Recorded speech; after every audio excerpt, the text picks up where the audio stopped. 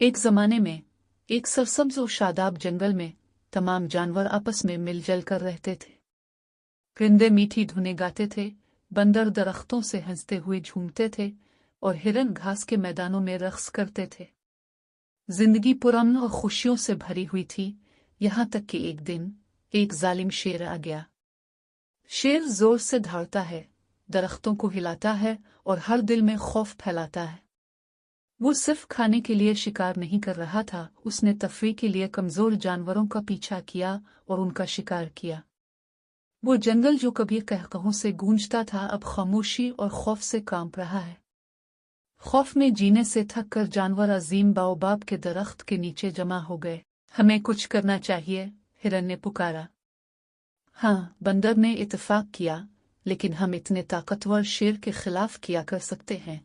तभी एक चालाक खरगोश आगे बढ़ा, इसे मुझ पर छोड़ दो, इसने आंखों में चमक के साथ कहा। अगले दिन खरगोश सुकून से शेर के पास पहुंचा। ताकतवर शेर, इसने कहा, एक और शेर ने इस जंगल का दावा किया है। वो कहता है कि तुम इसके मुकाबले में कुछ भी नहीं हो।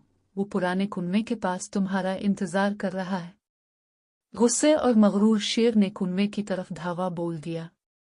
उसने गहरे गहरे पानी में झांका और देखा कि एक और शेर उसकी तरफ घोर रहा है, शदीद और मनहूस। एक गजबनाक ढाल के साथ उसने अपने हरीफ पर हमला करने के लिए कुनवे में छलांग लगाई। सिर्फ इसमें गिरकर पानी में गायब हो गया। जंगल खामोश हो गया। जानवरों ने अपनी छुपने की जगहों से झांका और जब उन्होंने देखा कि शेर चला गया है तो वो खुशी से भड़क उठे।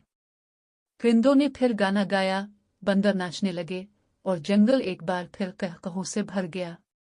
इस दिन के बाद से जानवर सुकून से रहते थे, हमेशा के लिए होशियार छोटे खरगोश के शुक्रगुजार थे जिसने उन सब को बचाया था।